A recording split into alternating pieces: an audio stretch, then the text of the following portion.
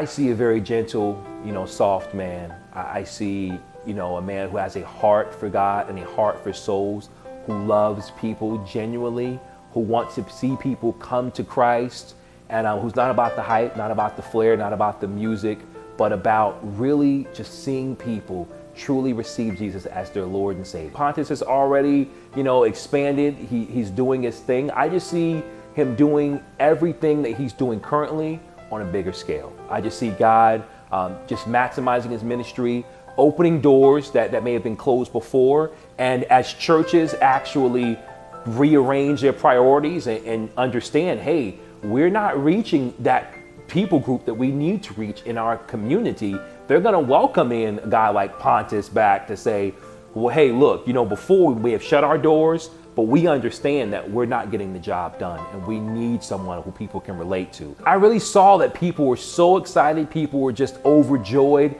And I believe that it's because he was preaching a message that unfortunately churches don't often hear.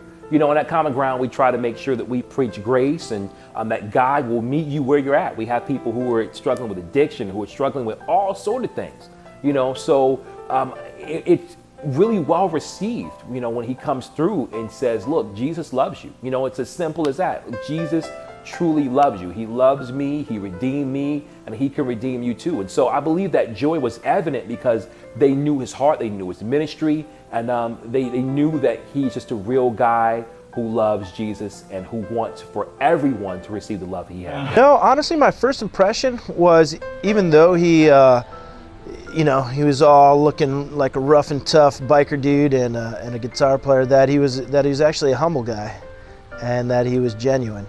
A lot of people can relate to it. They might not have gone through the exact similar things, some of them have, but I find that they're able to connect with his story. And the way he brings it is not overly preachy, it's not overly showy, it's just real. He just shares kind of his raw story. And a lot of people come away just touched because they hear about how Christ brought him through, how Christ continues to uphold him. And they get hope for their life. And so every time Pontus has been here, it's been great. It's been unique each time. He shares his testimony, so obviously, the story and things the same, but each time he's been with us, there's been a different flavor. There's been different people that took different things out of it. And I think it breaks down a lot of walls and barriers, with people that walk through the doors and don't have it all churched up. He's a whole person now, and he's not a lost soul anymore. And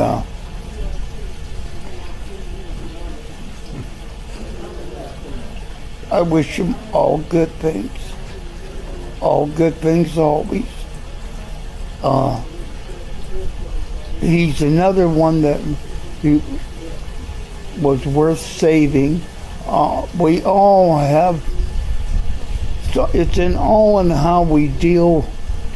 You just have to throw your hands up to God and say, I don't have the answers, I need some help.